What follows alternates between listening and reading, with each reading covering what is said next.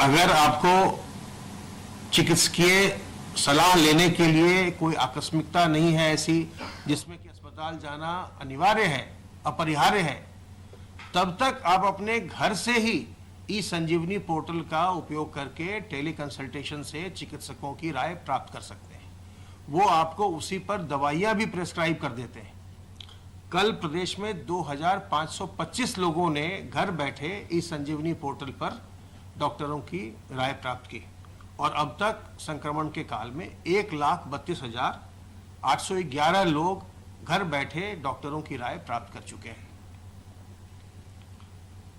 Surveillance के लिए हमारी टीमें लगातार निरंतर कार्यरत हैं और जो हमारे फ्रंटलाइन वर्कर्स हैं, जो घर घर जाते हैं, घर घर जाकर के लोगों से बातचीत करते हैं, लक्षणात्मक लोगों की पहचान करते हैं, हम उनको साधुवाद देते हैं, हम उनको धन्यवाद देते हैं कि वो इस पूरे संक्रमण काल में बहुत बड़ा कार्य कर रहे हैं, अपने को जोखिम में भी डालते हुए, क्योंकि वो घर घर जाते हैं, घर घर जाके लोगों से बातचीत करते हैं, पता करते हैं।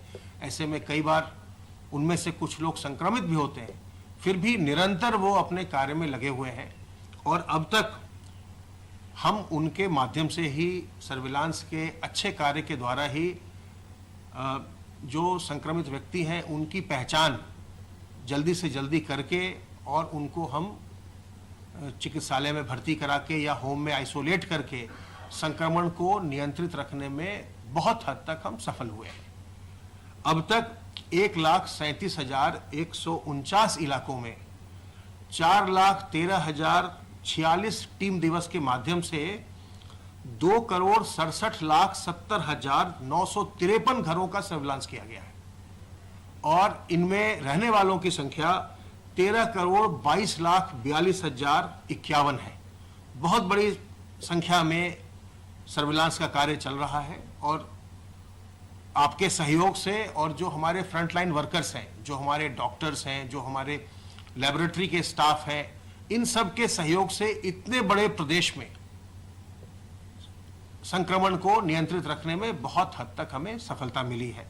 और अगर आप आगे आने वाले समय में जब बहुत सारे पर्व त्योहार आ रहे हैं, अगर संयमित रहेंगे, जो कोविड के लिए एक आवश्यक तरीका है, व्यवहार है, कोविड अप्रोप्रिएट बिहेवियर है, अगर आप उसका पालन करेंगे तो संक्रमण आगे भी प्रदेश में नियंत्रित रहेगा।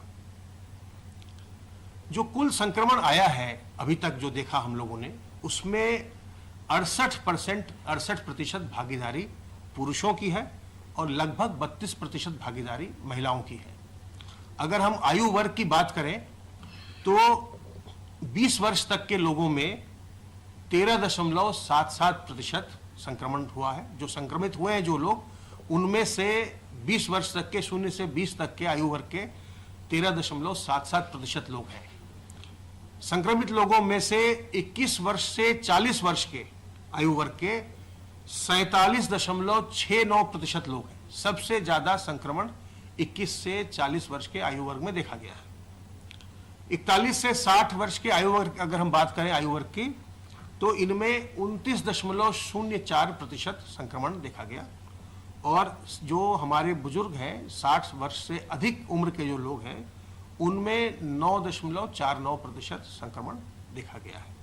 ये पूर्व में 8% से भी कम था और ये बढ़ता बढ़ता 9.49% हुआ है। तो हमें इस बात पर ध्यान रखने की आवश्यकता है कि हमारे बुजुर्ग संक्रमण से बचे रहें, क्योंकि सबसे ज़्यादा जटिलताएं 60 वर्ष से अधिक के उम्र के व्यक्तियों में आती हैं। कल भी मैंने आपको बताया था कि जो कुल जो इनका संक्रमण है, जो 60 वर्ष से अधिक के लोग हैं, उनमें संक्रमण तो 9.49% है, लेकिन जो कुल मृत्यु हुई कोविड संक्रमण से, उनमें 60 वर्ष से अधिक के लोगों का हिस्सा लगभग 45% है। तो इसलिए बहुत आवश्यक है कि बुजुर्ग व्यक्ति जब तक बहुत आवश्यक न हो अपने घर से बाहर न निकलें, और जो लोग घर से बाहर जाते हैं, कार्यालय जाते हैं, बाजार जाते हैं और किसी प्रतिष्ठान में जाते हैं, उनको चाहिए कि जब वो घर लौटते हैं तो अपने बुजुर्गों का और गर्भवती महिलाओं का, बच्चों का, जो पहले से किसी बीमारी से ग्रस्त हो, उनका विशेष ध्यान रखें। उनसे थोड़ा दूर रहिए, घर में भी उनसे दूर रहिए, ताकि आपसे उनको किसी प्रकार का संक्रमण घर में भी न होने पाए। संक्रमण से बचने के आसान तरीके हैं और वो आप सब जानते हैं, लेकिन बार बार दोहराना इसलिए आवश्यक है कि इस बात पर हमें ध्यान रहे, हम भूल न जाएं, और हम जो उसके लिए एप्रोप्रिएट बिहेवियर है, जो संक्रमण से बचने के तरीके हैं, बचाव के तरीके हैं, उनका हम लगातार उपयोग करते रहें, पालन करते रहें। एक तो अपने हाथ को साबुन पानी से बार बार साफ करते रहिए। जो संक्रमण का तरीका है शरीर के अंदर जाने का, एक बहुत बड़ा रास्ता आपका हाथ है, क्योंकि जब आप हाथ से संक्रमित सतहों को छूते हैं और फिर जब आप अपने हाथ से अपने मुंह, नाक, आंख को छूते हैं, तो संक्रमण आपके शरीर के भीतर जाता है। इसी प्रकार से जब आप किसी व्यक्ति से मिलते हैं, क्योंकि 80% लोग लक्षण विहीन होते हैं, तो ऐसे में ये पता नहीं होता कि जिससे आप मिल रहे हैं वो संक्रमित है या नहीं है। तो जब भी आप किसी व्यक्ति से मिलिए तो आप उससे अभिवादन करें तो नमस्ते करिए, हाथ मत मिलाइए। अगर आप हाथ मिलाएंगे तो फिर अगर वो व्यक्ति संक्रमित है तो आपके हाथ में संक्रमण आएगा और फिर संक्रमण आपके मुंह, नाक, आंख के रास्ते आपके शरीर के अंदर जाएगा। तो हाथ मत मिलाइए, नमस्ते करके अभिवादन करिए, और हाथ को बार बार अगर आप साफ करते रहेंगे साबुन पानी से, और कम से कम जब भी साफ करिए तो 30-40 सेकंड तक साफ करिए, जिससे कि आपके हाथ से वायरस पूरी तरह समाप्त हो जाए। एक तरीका तो ये है। दूसरा ये है कि अपने मुंह और नाक को ढककर रखिए, मास्क से ढकिए, रुमाल से ढकिए, गमछे से ढकिए, दुपट्टे से ढकिए, लेकिन उसको ढक के रखिए। जब भी आप सार्वजनिक स्थलों पर जाएं तो मुंह और नाक को ढक कर रखिए, और लोगों से 2 गज की दूरी बनाइए।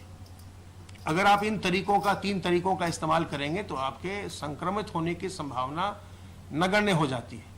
और इसके साथ साथ अपने शरीर की प्रतिरोधक क्षमता को बढ़ाइए, और इसके लिए योग करिए, प्राणायाम करिए, व्यायाम करिए, जिससे कि आपका जो श्वसन तंत्र है, जो आपका रेस्पिरेटरी सिस्टम है, वो उससे मजबूत होता है, और ये बीमारी आपके रेस्पिरेटरी सिस्टम को ही अटैक करती है। साथ में कुछ चीजें और आप प्रतिरोधक क्षमता बढ़ाने के लिए ले सकते हैं, जैसे तुलसी दल, काली मिर्च, अदरक का काढ़ा है, उसका सेवन करिए, नीम की पत्तियों का सेवन करिए, अजवाइन के अर्क का सेवन करिए, गर्म पानी का सेवन करिए। और एक बहुत अच्छी चीज आप कर सकते हैं, वो है स्टीम इनहेलेशन। भाप जो होता है गर्म पानी का, उस पे सांस लीजिए, उसको अपने अंदर जाने दीजिए। अगर आप स्टीम को इनहेल करेंगे तो आपके जो रेस्पिरेटरी सिस्टम है उसका बड़ा उस पर फायदा होता है।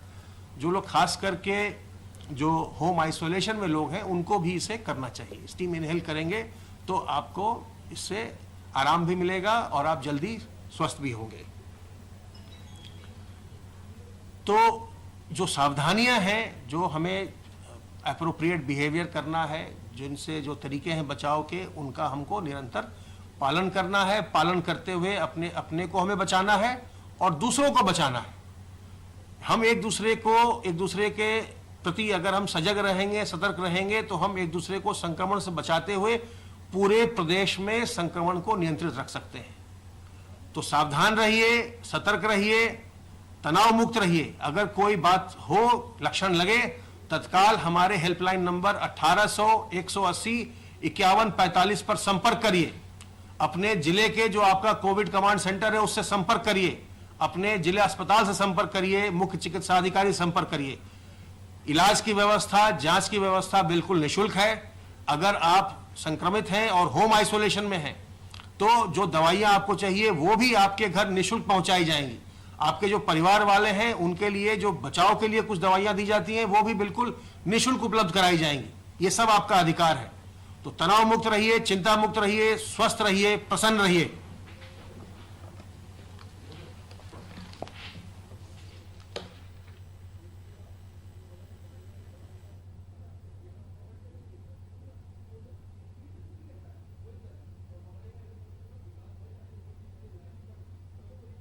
में पॉजिटिविटी देखी गई। 10-10 सैंपल के 8